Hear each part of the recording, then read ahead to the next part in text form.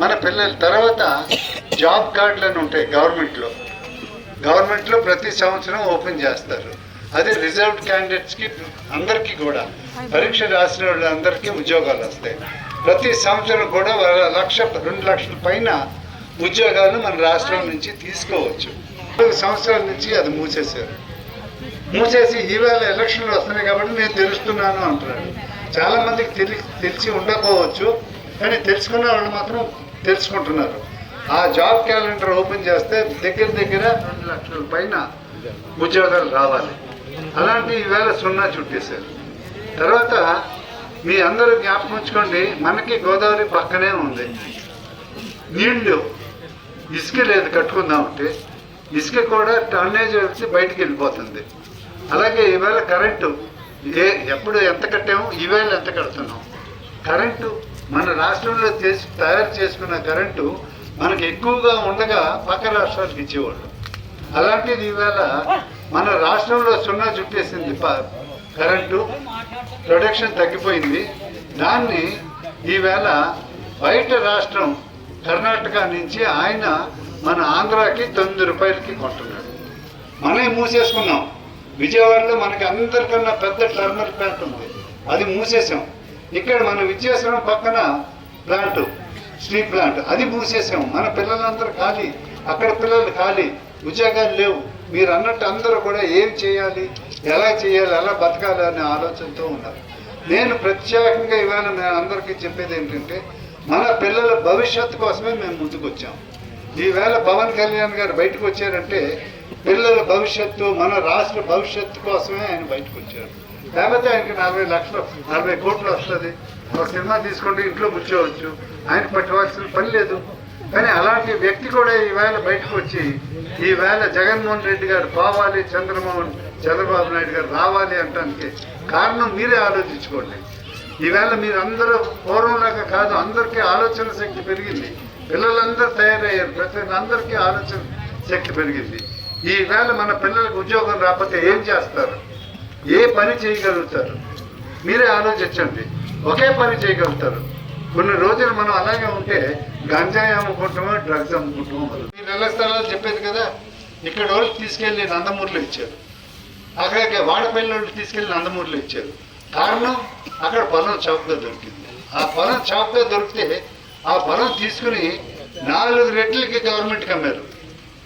ఇక్కడ ఎమ్మెల్యే మన హోమ్ మినిస్టర్కి 4 కోట్లు వచ్చింది ఎకరానికి 4 కోట్లు. మన రైతుకి ఇచ్చింది 1 కోటి రూపాయలు, 65 లక్షలు. కోటి కూడా కాదు, 65 లక్షలు. అలాగే ప్రతి ఎమ్మెల్యే కూడా ఎక్కడైతే ఇళ్ల స్థలాలు గొడవ వచ్చిందో కోట్ల మీద సంపాదించారు. రాజమండ్రిలో ఆవలో ఇల్లు ఇచ్చారు, ఇల్లు కట్టుకున్నా కూలిపోతాయి ఏదో రోజు. అలాంటి ఆవలో సెంటు ఇచ్చారు. ఆ సెంటు కట్టుకోకపోతే మేము ఇల్లు తీసేసుకుంటాం అన్నారు. వాళ్ళు కంగారు పడి సెంటు భూముల మీద ఇల్లు కట్టుకుంటే ఇవాళ వాళ్ళు 8 నుంచి 12 లక్షల దాకా అప్పు పడిపోయి ఉన్నారు. అప్పు తీర్చుకోవాలి. ఇవాళ అప్పు వడ్డీలు కట్టుకోవాలి. అలాంటి పరిస్థితి. తర్వాత మన సిటీల్లో పక్కన టిట్కో ఇళ్ళు కట్టారు చంద్రబాబు నాయుడు గారు. పెద్ద బిల్డింగ్లు, అందరి దగ్గర డిపాజిట్లు కూడా తీసుకున్నారు. వాళ్ళ పేర్లు కూడా రిజిస్టర్ అయిపోయినాయి, అన్నీ అయిపోయి డిపాజిట్లు కూడా కట్టారు కదా. 1,00,000 రూపాయలు కట్టారు. చిన్న ఉద్యోగం చేసుకునేవాడు ఆ ఇళ్ళు కోసం. ఇవాళ ఆ ఇళ్ళని వాళ్ళకి ఇవ్వకుండా, పట్టాలు ఇవ్వకుండా పడిపోయేటట్టు చేశారు. అలాగే డెవలప్మెంట్ ఎక్కడ ఉంటే అక్కడ నాశనం చేసుకుంటూ వచ్చేసారు. మీరు బాగా ఆలోచించుకోండి.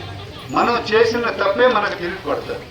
మనం పూర్వంలాగా ఆలోచించుకునే శక్తి మనకు ఎక్కువ ఉంది. ఇవాళ ఎక్కువ మన పిల్లల భవిష్యత్తు ఆలోచించుకోండి. మన పిల్లలకి ఇవాళ ఉద్యోగాలు అన్నిటికన్నా ఇంపార్టెంట్. గవర్నమెంట్ ఉద్యోగాలు రావాలి, ప్రైవేట్ ఫ్యాక్టరీలు రావాలి, చుట్టుపక్కలంతా కూడా సస్యశ్యామలు కావాలి. మీరు ఇవాళ హైదరాబాద్లో మన పిల్లలందరూ డ్రైవర్ కింద ఒక బిఏలు బీకామ్లో చదివిన వాళ్ళు డ్రైవర్లు, టాపింగ్ మేస్త్రులు అయిపోతున్నారు. హైదరాబాద్ వెళ్ళిపోతున్నారు, ఇక్కడ ఉంటే పరువు పోతుందని. అలాగే మన ఇంటి స్త్రీలు హైదరాబాద్లో చాలామంది పేమెంట్ మీద వంటలు వండుకుని అక్కడ ఐటీ కంపెనీల దగ్గర, హాస్పిటల్ దగ్గర తిండి అమ్ముకుంటున్నారు, భోజనం అమ్ముకుంటున్నారు. ఇక్కడ అమ్ముకోలేక కాదు, ఇక్కడ ఉంటే మన పరువు పోతుందని అక్కడికి వెళ్ళి అమ్ముకుంటున్నారు. ఇక్కడ ఉంటే బతికే తెరువు లేదు. అక్కడ ఉంటే ఏదో రకంగా బతకవచ్చని వెళ్ళే పరిస్థితి మనం ఈవేళ మన రాష్ట్రానికి పట్టింది. అంచేత మీరు బాగా ఆలోచించుకోండి. రానున్నటువంటి ఎన్నికల్లో మీరు ఏ ఇది చేయవద్దు.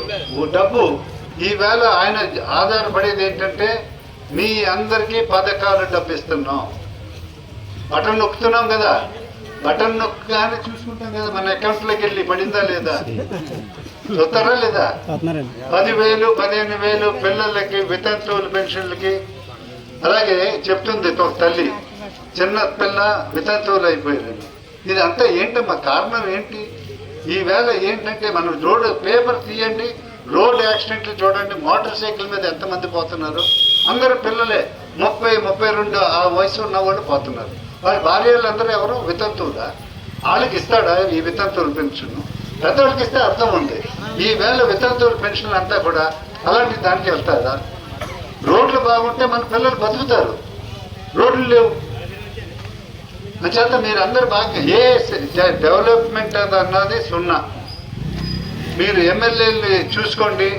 మీరు రానున్నటువంటి ఎన్నికల్లో ఇక్కడ ఉన్నటువంటి సమస్యలు అందరూ కూడా మేము అనుమానం లేకుండా తీరుస్తాం. పైగా మర్చిపోవాం కూడా మేము, బికాస్ పేరు ఉండిపోయింది. ఆ పేరు ఉన్నంతసేపు మేము ఇక్కడికి చేయవలసిందే పని. మీరు అడిగినా చేస్తాం, అడగకపోయినా చేస్తాం. సరేనా? మీరందరూ కూడా రానున్నటువంటి ఎన్నికల్లో మీరందరూ బాగా జ్ఞాపకం ఉంచుకోండి. ఇక్కడ మన ఎమ్మెల్యే క్యాండిడేట్ కింద మనకి ముక్కుడి వెంకటేశ్వరరావు అని గోపాలపురంలో ఒక 5 సంవత్సరాలు ఎమ్మెల్యే కింద చేశారు. చాలా సౌమ్యుడు అతను. అక్కడి నుంచి పార్టీ నుంచి వేరే ఎమ్మెల్యే అక్కడ ఇస్తాం వల్ల నేను అతన్ని ఇక్కడ తీసుకుంటాం జరిగింది. చాలా సౌమ్యుడు, చాలా నెమ్మదిగా ఉంటాడు, బాగా పనిచేయగలిగే శక్తి ఉంది. గోపాలపురం కూడా చాలా బాగా చేశారు ఆయన. అంచేత మీరందరూ కూడా ఆయనకు ఒక ఓటు సైకిల్ మీద. తర్వాత రెండో వ్యక్తి నేను చెప్పక్కర్లేదు, చిన్నమ్మ అంటే రామారావు గారి కూతురు, ఆడబిడ్డ. ఆవిడ ఇక్కడ పూలందేశ్వరి గారి పేరు పూలందేశ్వరి పేరు. ఆవిడ కూడా ఇక్కడ ఎంపీ క్యాండిడేట్ కింద నుంచున్నారు. వారికి ఒక ఓటు కమలం మీద వేసి గెలిపించవలసిందే కోరుకుంటూ సెలవు తీసుకుంటాం.